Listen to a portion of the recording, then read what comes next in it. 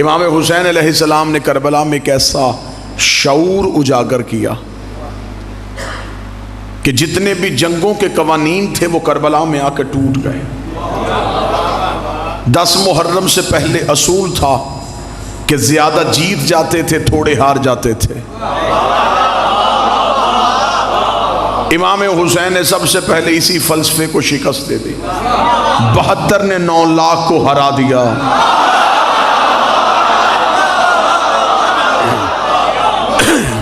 اور پہلی بار تاریخ نے یہ منظر دیکھا کہ پیاس جیت گئی اور دریا ہار گیا، نیزے ٹوٹ گئے اور سر نیزوں پہ بولنا شروع ہو گئے۔ امام حسین علیہ السلام ایک نظریے کا نام تھا، اور جس نے اس نظریے کی حمایت کی حسین نے اسے ایسا زندہ رکھا، ایسا زندہ رکھا، ادھر 9 لاکھ تھے، ادھر 72 تھے، ادھر زندگی سے محبت تھی، ادھر موت سے محبت تھی۔ انہیں منتیں کر کر کے بلایا جا رہا تھا، انہیں چراغ بجھا بجھا کے اٹھایا جا رہا تھا۔ وہاں آ کوئی نہیں رہا تھا، یہاں سے جا کوئی نہیں رہا تھا، وہاں رک کوئی نہیں رہا تھا، یہاں جھک کوئی نہیں رہا تھا۔ وہاں ہر کسی کو زندگی سے محبت تھی، ہر کوئی ایک دوسرے سے پوچھ رہا تھا کل ہم بچ جائیں گے، کل ہم زندہ رہ جائیں گے، ہم اپنے گھروں کو واپس چلے جائیں گے۔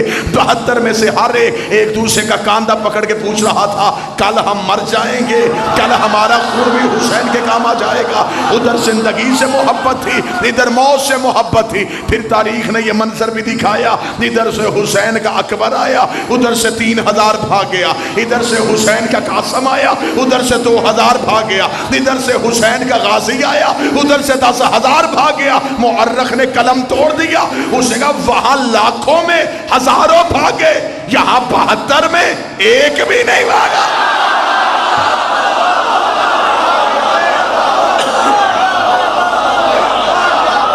کسی ایک نے بھی، بسم اللہ، کسی ایک نے بھی امام حسین کا ساتھ نہیں چھوڑا۔ اہل علم تشریف فرما ہے، میری خوش بختی قبلہ وقار گردیزی صاحب مجلس میں رونق افروز ہے، دعا لینے کے لیے جملہ کہنے لگوں گا۔ کتنی بڑی جنگ جیت کے گیا رسول کا بیٹا حسین، ادھر 9 لاکھ تھے اور دنیا کا لالچ، ادھر 72 جنت کا بھی لالچ نہیں۔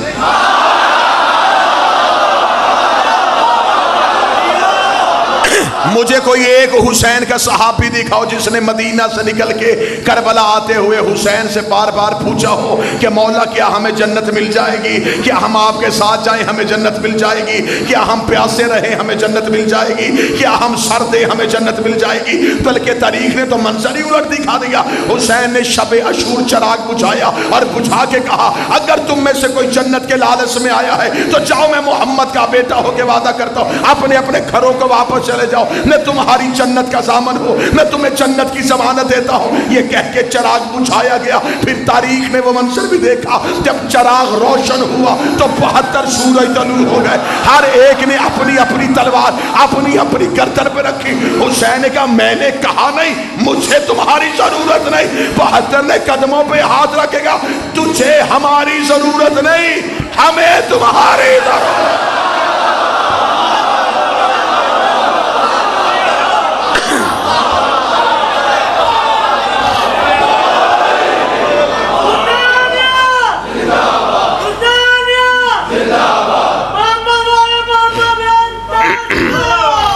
اللہم صلی علی متوجہ صاحب، یہ کس نے کہا کہ آپ کو ہماری ضرورت ہے، ہمیں آپ کی ضرورت ہے؟ بالکل ایسے ہی جیسے ہم نے عزاداری کو زندہ نہیں رکھا،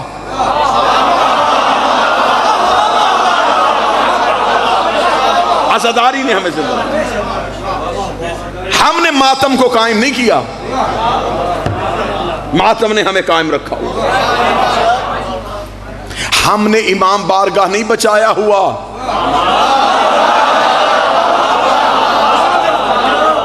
امام بارگاہ نے ہمیں بچایا ہوا۔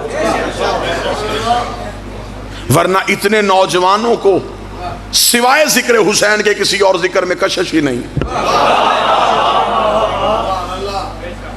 میری ملت کا نوجوان چوک اور بازار میں اس لیے نہیں گیا، اسے حسین نے اپنے گھر بلا لیا،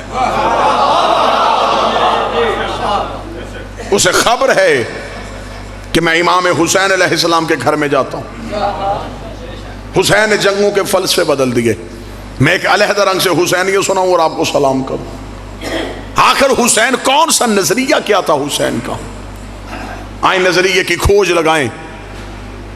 ولید نے امام حسین سے کہا کہ یزید چاہتا ہے کہ آپ اس کی بیعت کریں۔ یزید کے پاس دنیا کے تیسرے حصے کی سربراہی تھی، تنہا حسین نے مدینے میں کہا میں بیعت نہیں کروں گا۔ یہ نہیں ایک جابر بادشاہ کے سامنے تھی، یہ نہیں ایک ظالم حکمران کے سامنے تھی، یہ نہیں دنیا کی ایک بہت بڑی طاقت کے سامنے تھی، اور تنہا حسین نے کہا نہیں کروں گا۔ یزید سمجھا یہ ایک نہیں میرا کیا بگاڑے گی، لیکن دربار سے ایک نہیں نکلی اور 72 نہیوں میں تقسیم ہو گئی۔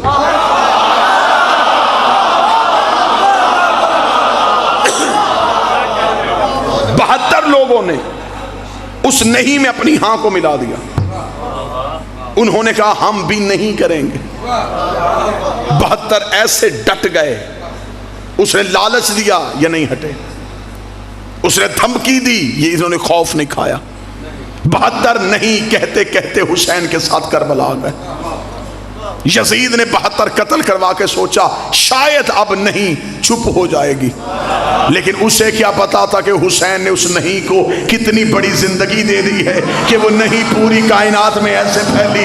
آج وہی نہیں ہمارے وجود کا حصہ ہے، آج وہی نہیں ہمارے ضمیر کا حصہ ہے۔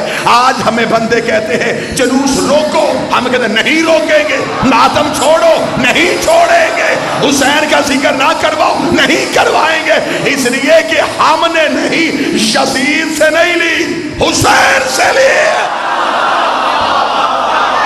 ہم اس نہیں پہ کہا۔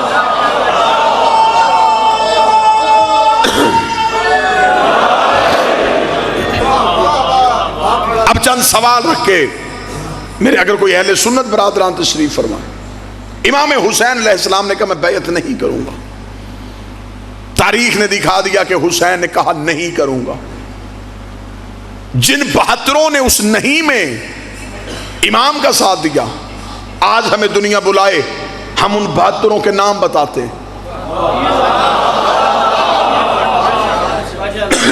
ہم ان 72 کی ولدیت بتاتے، ہم ان کے شجرے بتاتے، ہم ان کے قبیلے بتاتے، ہم ان کے قد بتاتے ہیں، ہم ان کے چہرے کی رنگتیں بتاتے۔ یہ 72 کون تھے؟ ان کے چہرے بھی تاریخ نے زندہ رکھے ہوئے، تاریخ نے ان کے قد بھی نہیں چھپنے دیے۔ مسلمان مورخ صرف ایک کام کرے، ہم نے اپنے بچوں کو 72 بتا دیے، آپ صرف اتنا کام کریں جن لاکھوں نے یزید کی بیعت کی وہ کون تھے؟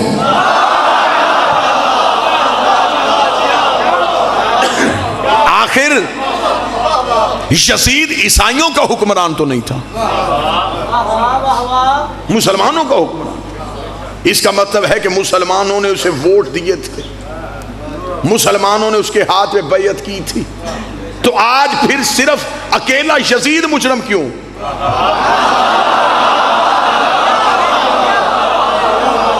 آخر یزید کے پیچھے وہ کون سی قوتیں تھیں جنہوں نے اسے یزید بنایا تھا؟ بڑا مشکل ہے، دانتوں کو پسینہ آتا ہے ایسے حقائق نکالنے کے لیے اور ان کا سامنا کرنے کے لیے۔ آج تک پوری 1400 سال ہو گئے ہماری آنکھوں میں دھول جھونکی جا رہی ہے کہ قتل حسین میں صرف یزید ملوث تھا۔ صرف یزید ملوث کیوں؟ جنہوں نے یزید کو حکمران بنایا وہ کون تھے؟ مجھے خبر ہے کہ یہ 2019 ہے، مجھے خبر ہے کہ یہاں خطیب کی مجلس سنی بھی جاتی ہے اور لکھی بھی جاتی ہے۔ میں پھر بھی ذمہ داری کے ساتھ کہنے لگا ہوں کہ میرے اہل سنت اگر دوست تشریف فرما ہیں تو امام حسین علیہ السلام کا قاتل صرف ایک نہیں، قاتلان حسین زیادہ ہیں۔ جس دور میں حسین علیہ السلام نے نہیں کہا، یہ دور کون سا تھا؟ رسول کو دنیا سے گئے ابھی 50 سال پورے نہیں ہوئے، ابھی 50 سال نہیں ہوئے نبی کو دنیا سے گئے، اور یزید جیسا شرابی تخت پہ بیٹھ گیا۔ اب میں نام نہیں لوں گا، نشانی بتانے لگا ہوں۔ اب بھی وہ لوگ زندہ تھے جنہوں نے نبی کی پشت پہ حسین دیکھا تھا۔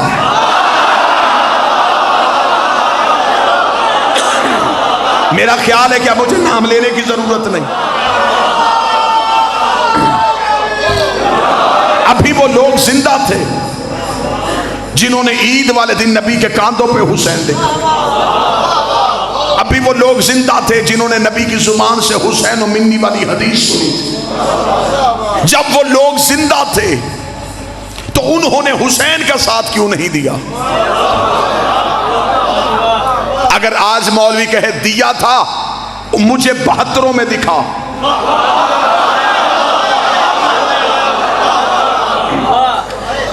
اگر وہ 72 میں نہیں تو اس کا مطلب وہ لاکھوں میں ہے، تو اس کا مطلب انہوں نے بیعت کر لی تھی، ووٹ دے دیا تھا یزید کو۔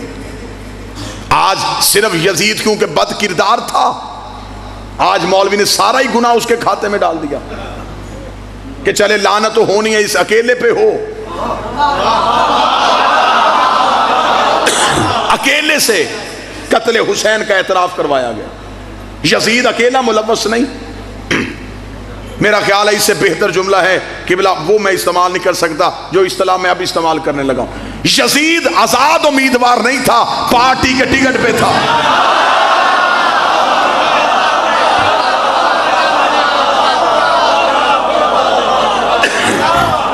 آپ ہمیں بتائیں کہ یزید کی پارٹی کون سی تھی؟ آج جو بھی اٹھتا ہے وہ کہتا ہے جی میں بھی تو شیعوں کے ساتھ ہوں، حسین صحیح تھے، یزید غلط تھا۔ ہم نے صرف تم سے اکیلا حسین صحیح نہیں کہلوانا، مجبوری بن گئی ہے نا کہ اب اگر حسین کا ساتھ نہیں دیں گے تو پھر یزید کو ماننا پڑے گا۔ لہذا حسین کی محبت میں حسین کے لیے نہیں آئے، یزید سے بچنے کے لیے حسین کے پیچھے آ گئے کہ ہم بھی کہتے ہیں کہ ہم حسین کے ساتھ ہیں۔ حسین صحیح کہنے کے لیے کئی غلط کہنے پڑتے ہیں، صرف حسین صحیح نہیں، حسین کا سارا نظام صحیح، اور صرف یزید غلط نہیں، یزید کا سارا نظام غلط۔ اس دور کے مسلمانوں نے حسین کا ساتھ کیوں نہیں دیا؟ یہ بھی نہیں ہوا کہ امام حسین اچانک قتل ہو گئے ہوں۔ 26 رجب کو انکار بیعت، 28 رجب کو مدینہ سے روانگی۔ چل 26 کو حسین کا ساتھ نہیں دیا، 28 کو حسین کے ساتھ مدینہ چھوڑ دیتے۔ مدینہ نہیں چھوڑا، 6 ماہ حسین مکہ میں بیٹھے رہے۔ مسلمان حسین کے پیچھے مکہ کیوں نہیں آئے؟ آپ اگر کہیں کہ انہیں خبر ہی نہیں تھی کہ حسین مکہ میں بیٹھے ہیں تو میرے مولا نے تو حکمت عملی ایسی ترتیب دی تھی۔ حسین نے تو عین حج کے موقع پہ مکہ چھوڑا۔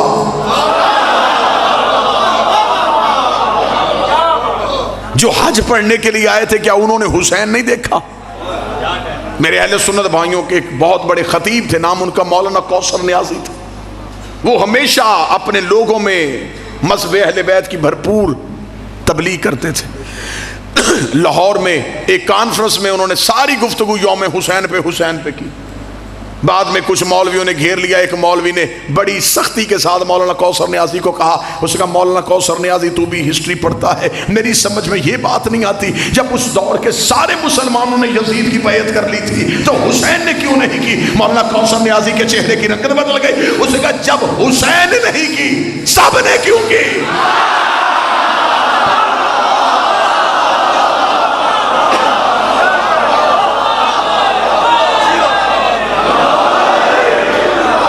جب امام حسین نے بیعت نہیں کی سب نے کیوں کی؟ اس دور کے مسلمانوں نے حسین کا ساتھ کیوں نہیں دیا؟ یہ ہماری مجلسیں، یہ ہمارے جلوس اس احتجاج پہ ہیں۔ اس سے بہتر میرا خیال ہے قتل حسین پہ انکواری کا میں جملہ نہیں پڑھ سکتا جو میں پڑھنے لگا ہوں۔ امام حسین علیہ السلام کے لڑنے کا انداز ہر امام سے نرالا تھا۔ یہی وجہ ہے کہ کربلا نے پورا اسلام زندہ کر دیا۔ کیسے زندہ کیا؟ امام حسین علیہ السلام سے پہلے 4 قتل سیدوں کے مدینے میں ہوئے تھے، میں فضائل پڑھ رہا ہوں، اور چاروں کے قاتل چھپ گئے تھے۔ آج تک 4 قتل ابھی تک ظاہر نہیں ہوئے، اندھے قتل ہو گئے۔ رسول حجرے میں زہر ملی، آج تک قاتل کا کسی کو نہیں پتا۔ آپ مجھے بتائیں کسی نے پڑھا قتل رسول؟ قاتل چھپ گیا۔ آبادی تھی مدینہ، مسلمانوں کا بھرا ہوا شہر تھا، قاتل چھپ گیا۔ بطول کا قتل گھر میں ہوا، میں فضائل پڑھ رہا ہوں، قاتل چھپ گیا، کسی کو نہیں پتا کون لوگ آئے تھے، کنہوں نے دروازہ جلایا تھا، قاتل چھپ گیا۔ امیر المومنین کو ایک بدماش کے ذریعے مسجد میں ضرب لگوائی گئی، تلوار کس نے دی؟ زہر کہاں سے خریدا گیا؟ بھیجا کس نے تھا؟ لالچ کیا تھا؟ قاتل چھپ گیا۔ امام حسن کو زوجہ کے ذریعے زہر دلوائی گئی، زہر کہاں سے آئی؟ گھر تک کیسے پہنچی؟ پیچھے طاقت کون سی تھی؟ قاتل چھپ گیا۔ آج تک مسلمانوں کی آنکھوں پہ سیاہ پٹی بدی، وہ 4 قتل کھولنے کے لیے تیار ہی نہیں، چاروں کے قاتل چھپ گئے۔ اس سے بہتر جملہ میرے پاس نہیں ہے، اور مجھے خبر ہے کہ میں کس دور میں تقریر کر رہا ہوں، میں پھر بھی پوری جرات کے ساتھ یہ جملہ دینے لگا ہوں۔ یہ تھا حسین کے لڑنے کا طریقہ۔ حسین چاروں کے قاتل گھیر کے کربلا لے آئے۔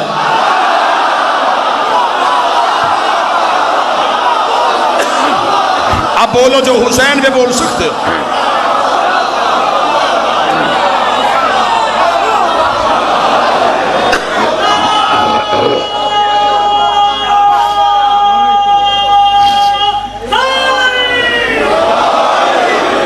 چاروں کے قاتل گھر گئے، حسین کربلا لے آئے۔ یہ صرف حسین کے قاتل نہیں تھے، ان میں 4 ہستیوں کے قاتل موجود تھے۔ اور کیا کہنے حسین تیرے لڑنے کے انداز کے۔ حسین نے جنگ کسی بھی شہر میں نہیں کی، حسین نے ہتھیلی جیسا صحرا خریدا، اپنے پیسوں سے خریدا، جس میں نہ کوئی بوٹی، نہ کوئی جھاڑی، نہ کوئی گھاس، نہ کوئی درخت۔ حسین نے ایک بھی قاتل جھاڑی کے پیچھے بھی چھپنے نہیں دیا۔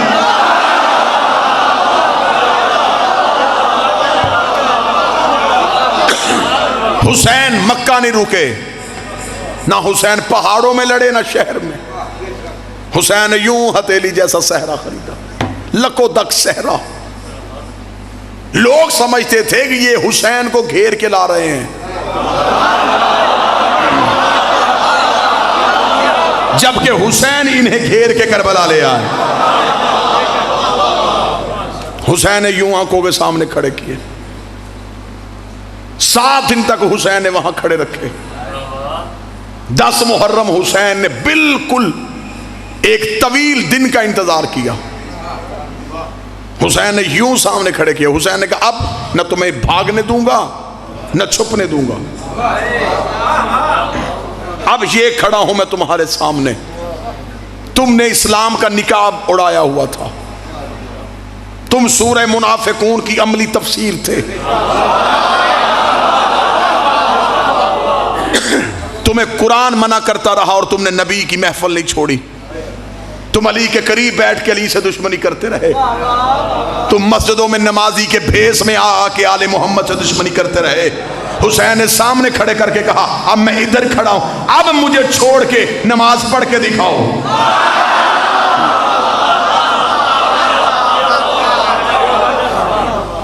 9 لاکھ میں اذان بھی تھی، نماز بھی تھی، لا الہ الا اللہ محمد رسول اللہ کا اقرار بھی تھا، لیکن حسین نہیں تھے۔ آج کوئی بھی ان 9 لاکھ کا اسلام ماننے کو تیار ہی نہیں۔ ادھر 72 میں بھوک پیاس، لیکن کیا کہنے، اگر ادھر دشمن سے انتقام بھی نرالا لیا ہے تو اپنوں کو نوازا بھی بڑے نرالے طریقے سے ہے۔ حسین نے دشمن بھی بڑے طریقے سے مارا ہے اور اپنوں کو عظیم بھی بڑے طریقے سے کیا ہے۔ جو حسین کے پیچھے آئے تھے، کوئی کسی قبیلے کا تھا، کوئی کسی قبیلے کا تھا، کوئی کسی قبیلے کا تھا، کوئی سردار تھا، کوئی غلام تھا، کوئی بوڑھا تھا، کوئی جوان تھا، لیکن حسین کے انداز کا حسین نے ان کو کیسے نوازا۔ حسین نے کہا میرے نانا کے پاس جتنے بیٹھے تھے وہ سارے رضی اللہ بنے تھے، حسین نے اپنے ساتھیوں میں سے ایک بھی رضی اللہ نہیں کیا۔ اور بھی علیہ السلام، زہیر بھی علیہ السلام، سعید بھی۔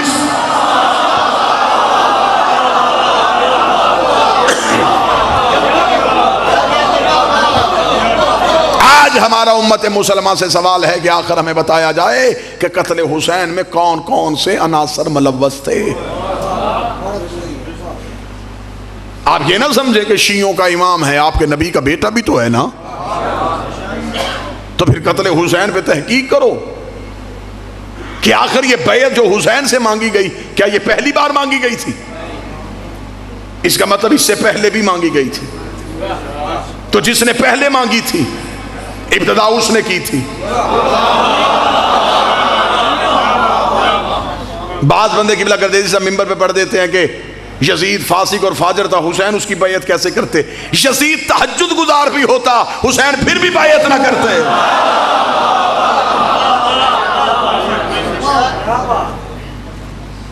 کسی بھی جگہ پہ کوئی قتل ہو، سب سے پہلے بندے پوچھتے ہیں ان کی دشمنی کیا تھی۔ ایسا ہی ہے، کہیں بھی آپ کو پتہ چلے کسی جگہ پہ قتل ہو گیا، پہلا سوال کریں گے دشمنی کیا تھی؟ ذاتی رنجش تھی یا خاندانی دشمنی تھی؟ میرا سنی بھائی قتل حسین پہ یہی سوچ لے کہ ذاتی رنجش تھی یا خاندانی دشمنی تھی۔ جب تو کتاب کھولے گا تو پھر تجھے تاریخ بتائے گی، یہ ذاتی رنجش نہیں تھی۔ یزید کے باپ کی حسین کے باپ سے لڑائی ہوئی تھی۔ اس کا مطلب ہے قتل حسین کی جڑ تو پیچھے جا رہی ہے۔ یزید کے باپ نے لڑائی کی ہے حسین کے باپ سے۔ مورخ نے آنکھیں بند کر لی، اسے کہا دونوں طرف بڑے لوگ تھے، میں فیصلہ نہیں کر سکتا، خطۂ اجتہادی کا لفظ استعمال کر سکتا ہوں لیکن یہ نہیں بتا سکتا کہ غلط کون تھا۔ اور اس نے نبی کی حدیث کی نص بھی چھوڑ دی کہ حق علی کے ساتھ ہے، اور قبلہ تشریف فرمائے نبی نے صرف اتنی حدیث نہیں کہی تھی کہ حق علی کے ساتھ، علی حق کے ساتھ ہے، ساتھ نبی نے دعا بھی کی تھی میرے اللہ حق کو ادھر موڑ جدھر علی مڑ جائے، حق کو ادھر پھیر جدھر علی پھر جائے۔ یہ نہیں کہا تھا کہ علی کو ادھر پھیر جدھر حق مل جائے۔ اب یہ نہیں دیکھنا حق کہاں ہے، پہلے یہ دیکھنا ہے علی کہاں۔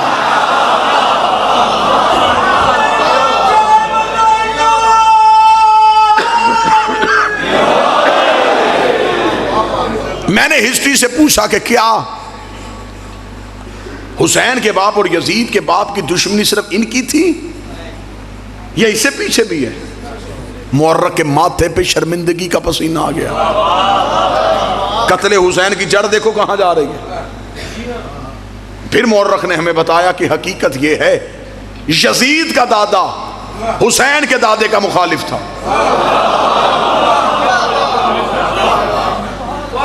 میں نے کہا میں ہسٹری کا طالب علم ہوں، میں نے اپنی قوم کے سامنے خطابت کرنی ہوتی ہے، مجھے اس قتل کی کوئی وجہ بتاؤ، کہیں نہ کہیں تو کوئی وجہ ہوگی۔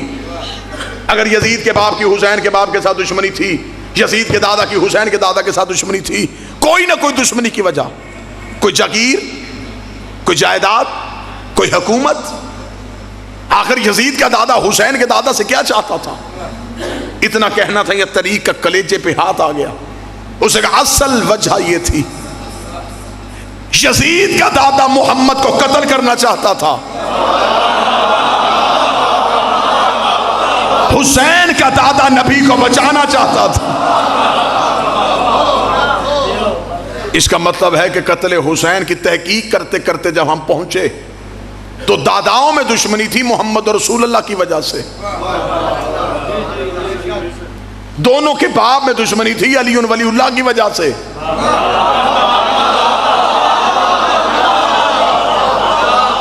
حسین کربلا میں محمد رسول اللہ کے دشمن بھی لے آیا. بیٹھا ہے کوئی بندہ محنت سننے والا؟ علی ولی اللہ کے دشمن بھی لے آیا. ایک لمحے میں حسین کو 6 گھنٹے لگے 70 سال کے منافق کو اسلام سے باہر نکالنے کے لیے.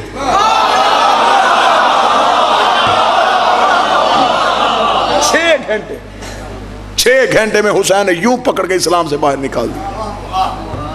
آؤ میں تمہیں حسین کی جنگ اس انداز سے سناؤں. کتنی دیر کے بیٹھے ہوئے تھے. اگر یہ وہیں کے وہیں بیٹھے رہتے تو آج گھر گھر میں یزید ہونا تھا. حسین نے یوں اسلام سے باہر نکالے, چہروں سے نقاب اٹھائے. آج مولوی کہتا وہ 9 لاکھ کلمہ پڑھتے تھے لیکن مسلمان نہیں تھے. یہی تو ہم آج تک کہہ رہے ہیں کہ ہر کلمہ پڑھنے والا مسلمان نہیں تھا.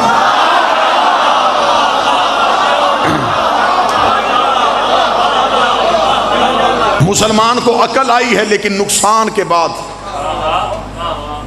جب ہم نے کہا کہ نبی کی محفل میں ہر بندہ مسلمان نہیں تھا, لوگوں نے ہمارے گھر جلا دیے. ہم نے کہا علی کے پاس بیٹھنے والا ہر بندہ صحابی نہیں تھا, لوگوں نے ہمیں کافر کہہ دیا.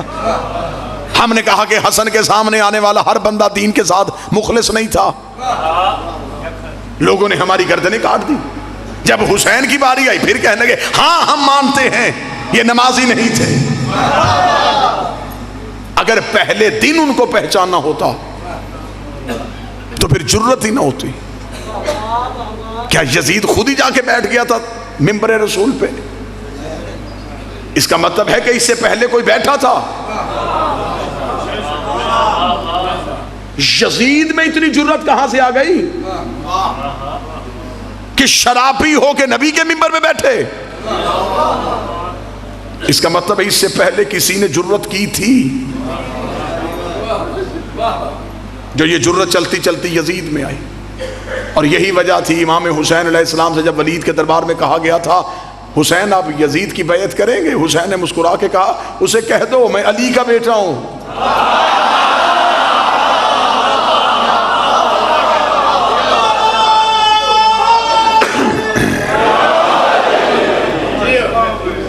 آج مسلمان دہشت گرد ہے.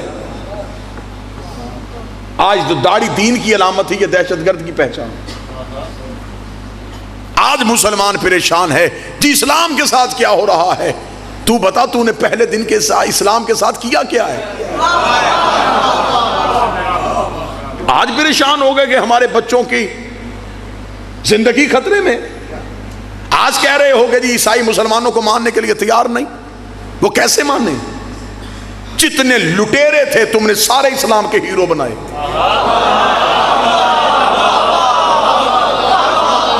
اتنا بغض, اتنی دشمنی اہل بیت کے ساتھ کہ بچوں کو تاریخ اسلام پڑھائی یا اسلامیات پڑھائی. ایک بھی جگہ پہ خاندان رسول کا تذکرہ نہیں. آپ خاموش رہیں یا بولیں لیکن یہ حقائق ہیں. جو بچوں کو تاریخ اسلام پڑھائی گئی اس میں کہاں کسی امام کی ہسٹری پڑھی گئی؟ سلطان محمود غزنوی کون تھا جی؟ اسلام کا ہیرو تھا. کیا کیا تھا اس نے؟ اس نے سومناتھ کا بت توڑا تھا. وجہ کیوں نہیں بتاتے؟ اس کے اندر سونا تھا.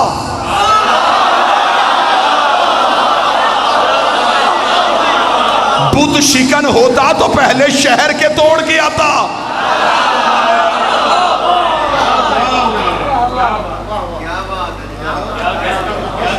کون اسلام کا ہیرو؟ جی محمد بن قاسم.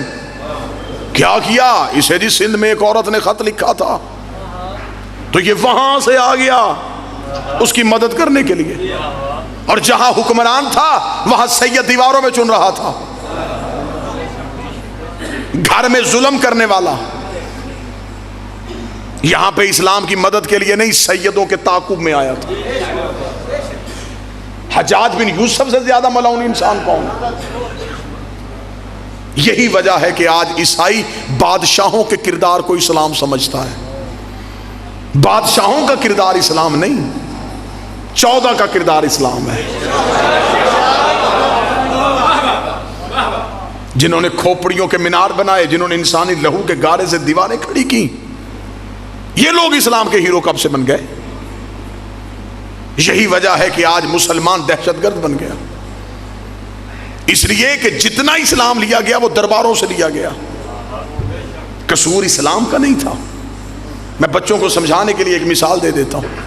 جب پہلی بار پانی زمین سے باہر آتا ہے چشمے کی صورت میں، وہ پانی انتہائی اعلیٰ، لذیذ، صاف، شفاف، کیونکہ وہ پہلی بار زمین سے باہر آیا. جو ہی وہ چشمہ ندی میں آیا، ندیاں نالوں میں آ گئی، یہ نہروں میں آ گئی. وہ نہریں جنگلوں کے قریب سے گزری، جنگلوں کے پتے شامل ہو گئے. شہروں کے قریب سے گزری، شہروں کی گندگی شامل ہو گئی. میدانی علاقوں کے قریب سے گزری تو ان علاقوں کی مٹی کی رنگت شامل ہو گئی. اب جب پانی ہم تک پہنچا تو اب ہمیں ڈاکٹروں نے کہا اسے پہلے چھان لینا، ابال لینا، اس میں بیماریاں ہیں، اس کی رنگت تبدیل ہو گئی ہے، اس میں بدبو آ گئی ہے. تو پانی تو وہی تھا جس میں صحت تھی. اب میں سطر پڑھنے لگا ہوں، جسے موضوع یاد ہے وہ سمجھ آئے گا. قصور پانی کا نہیں، رستوں نے پانی کا اثر بدل دیا.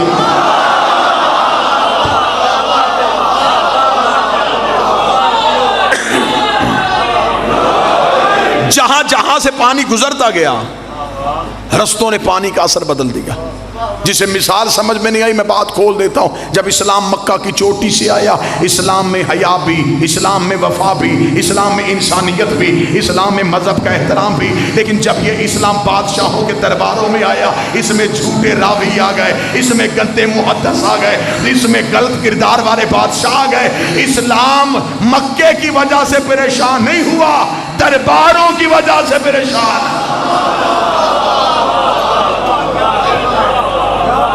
اور بچوں کو تاریخ اسلام میں کیا پڑھایا گیا؟ عروج اسلام، زوال اسلام. میری سمجھ میں آج تک یہ لفظ ہی نہیں آیا کہ وہ کون سا اسلام ہے جسے زوال آیا تھا.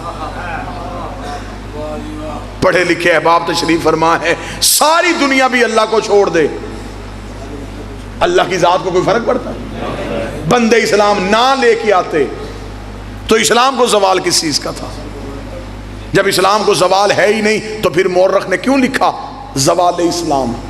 میں وجہ پڑھ دیتا ہوں. بادشاہ جنگ جیت کے آیا، انہوں نے عروج اسلام لکھ دیا. بادشاہ کہیں سے جنگ ہار کے آیا، انہوں نے زوال اسلام لکھ دیا. ایک چھری ڈاکٹر کے ہاتھ میں ہوتی ہے، وہی ڈاکو کے ہاتھ میں ہوتی ہے. ڈاکو چلاتا ہے زندگی چھیننے کے لیے، ڈاکٹر چلاتا ہے زندگی بچانے کے لیے. تلوار بادشاہ کے ہاتھ میں ہو تو دہشت گردی ہوتی ہے، امام کے ہاتھ میں ہو تو جہاد ہوتا.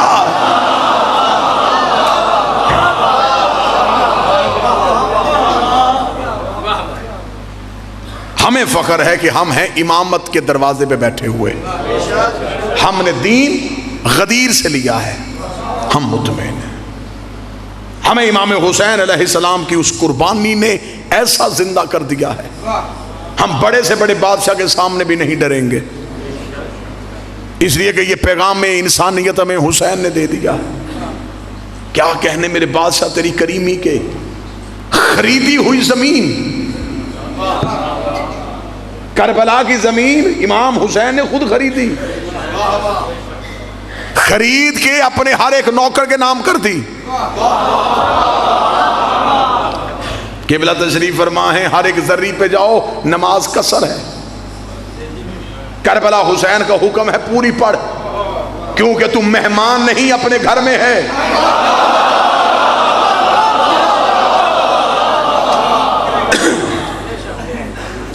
ابھی آ رہے ہیں لوگ اربعین سے واپس، سروں پہ قرآن رکھ کے پوچھنا کتنی بڑی کریمی حسین کی زندہ دیکھ کے آئے ہیں. آج بھی حسین کی زندہ معجزے ہیں. 70 لاکھ کی آبادی کا شہر، حسین کبھی 3 کروڑ بلاتا ہے، کبھی 4 کروڑ بلاتا ہے، کبھی 5 کروڑ بلاتا ہے۔ میں نے مولا حسین کے حرم میں بیٹھ کے عالم دین کے درس میں جملہ سنا تھا، انہوں نے کہا تھا جیسے جیسے حسین کے مہمان آتے جاتے ہیں حسین کربلا کو کھولتا جاتا ہے۔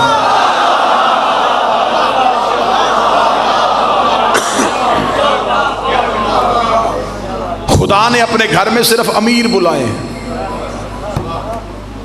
اللہ کے گھر جانے کے لیے مستطیع ہونا ضروری ہے، صاحب استطاعت ہو تو آنا، مقروض ہو نہ آنا، بیٹی بیاہنے والی ہے نہ آنا، مزدور ہو نہ آنا۔ امیر خوش خوش مکے کی طرف چل پڑے، غریب سہم گیا کہ میں کہاں جاؤں گا۔ حسین کے کرم نے انگڑائی لی، حسین نے کہا تو غریب ہے، قرضہ لے کے کربلا واپس حسین کرے گا، تو قرضہ اٹھا۔ بس ایک کریمی سناؤں اور سلام کروں۔ آج تو پھر بھی آسانیاں ہیں، کیا کیا ظلم نہیں ہوا روضہ حسین گرانے کے لیے۔ دجلہ کا پانی چھوڑا گیا، امام حسین کی قبر پہ حل چلائے گئے، کسی طریقے سے حسین کی زیارت ختم ہو جائے۔ زیارت ختم نہیں ہوئی۔ عباسیوں کا بادشاہ آ گیا، ملعون کا نام متوکل تھا، اس نے آتے ہی کہا، اس نے کہا میرا ایک ہی ایجنڈا ہے حکومت کرنے کا، میں نے اپنے دور حکومت میں حسین کی زیارت بند کروانی۔ اس نے اپنی دور حکومت میں پہلا حکم نامہ نافذ کیا، اس نے کہا جو کربلا حسین کی زیارت کے لیے جائے گا اتنا ٹیکس لگا دو، اتنی مہنگی کر دو کربلا کی زیارت کہ کوئی جا ہی نہ سکے۔ اس نے قانون بنا دیا، قانون نافذ ہو گیا، جو کربلا جائے گا وہ ٹیکس دے گا۔ اگلے دن عباسی بادشاہ کے آنکھیں پھٹی کی پھٹی رہ گئی کہ اس کے شہر کی سب سے غریب عورت سب سے پہلے آ گئی۔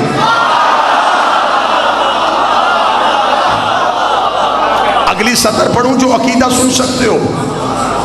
آئی اور آنکھیں، زنجیر در ہلایا، زنجیر در ہلانے کے بعد متوکل کے سامنے کھڑی ہوئی، متوکل کو دیکھ کے کہنے لگی متوکل میں کربلا جانا چاہتی ہوں۔ اس نے کہا بڑھیا تو نے میرا اعلان نہیں سنا؟ اس نے کہا ہاں میں نے سنا ہے، زیارت سستی ہو گئی ہے۔ متوکل دیکھ کے تھا میں نے ٹیکس لگا دیا ہے۔ بڑھیا دیکھ کے تھی کتنے درہم؟ اس نے بتایا، اس نے چادر کی گرہ کھولی، اس کے سامنے پھینک کر دیا، میں جاؤں؟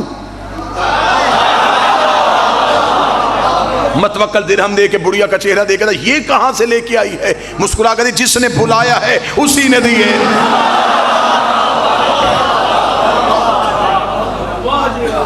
متوکل نے کہا میں قانون بدل دیتا ہوں۔ حسین نے کرم بدلا، میں قانون بدلتا ہوں۔ اس نے کہا نہیں، پیسوں کے ساتھ حسین کی زیارت نہیں، جو زیارت حسین کے لیے جائے گا وہ اپنا ایک ہاتھ کٹوائے گا۔ اب میں دیکھوں گا ہاتھ دے کے حسین کی زیارت کو کون جاتا ہے۔ اگلے دن پھر زنجیر در ہلا، دروازہ کھولا، وہی بڑھیا دروازے پہ کھڑی تھی۔ متوکل نے کہا بڑھیا قانون بدل گیا؟ مسکرا کے دی ہاں میں نے سنا ہے زیارت مفت ہو گئی ہے۔ اس نے کہا پیسے نہیں لیے جاتے یا بازو کٹوائے جاتے ہیں۔ اتنا کہنا تھا، بڑھیا نے اپنا بازو اپنے سر پہ رکھا، رکھ کے کہنے لگی میں یہ بازو دینے کے لیے آئی ہوں۔ متوکل نے دیکھا بڑھیا پھر یہ بازو سر پہ کیوں رکھا ہے؟ مسکرا کے فرماتی اب یہ حسین کا ہو گیا ہے، اور جو چیز حسین کی ہو جائے اسے ہم اونچائی پہ رکھتے ہیں۔ اس نے اچھا بڑھیا تو اپنا عشق آزما، میں اپنا ظلم آزماتا ہوں۔ اس نے جلا سے کہا میری آنکھوں کے سامنے بڑھیا کا ہاتھ کاٹ۔ بڑھیا کا ایک ہاتھ کٹ گیا، ایک ہاتھ سینے پہ رکھ کے کہی اب میں چلی جاؤں کربلا۔ اس نے جلا سے کہا دوسرا ہاتھ بھی کاٹ۔ بڑھیا کا دوسرا ہاتھ بھی کٹ گیا، دیکھ کے کہی اب میں چلی جاؤں کربلا۔ اس نے اپنے جلا سے کہا میں اب دیکھتا ہوں یہ بڑھیا کربلا کیسے جاتی ہے۔ اس کا ایک پاؤں کاٹ، پاؤں کٹ گیا، ایک پاؤں پہ کھڑی ہے اور دیکھ کے کہی اب میں چلی جاؤں کربلا۔ اس کا دونوں پاؤں کاٹ، دونوں ہاتھ کٹ گئے، دونوں پاؤں کٹ گئے۔ اس کا بڑھیا کو نشان عبرت بنا دو، اسے دیکھ کے کوئی کربلا جانے کا سوچے بھی نہ۔ زخمی حسین کی عاشقہ کو جب سپاہیوں نے اٹھا کے دربار سے باہر پھینکنا چاہا، زمین پہ گرنے سے پہلے ایک گھوڑے سوار نے اپنے ہاتھوں پہ دیا، اس نے اپنے گھوڑے پہ بٹھایا۔ بڑھیا متوکل کو دیکھ کر تیرا شکریہ، پہلے چل کے جانا تھا اب وہ لینے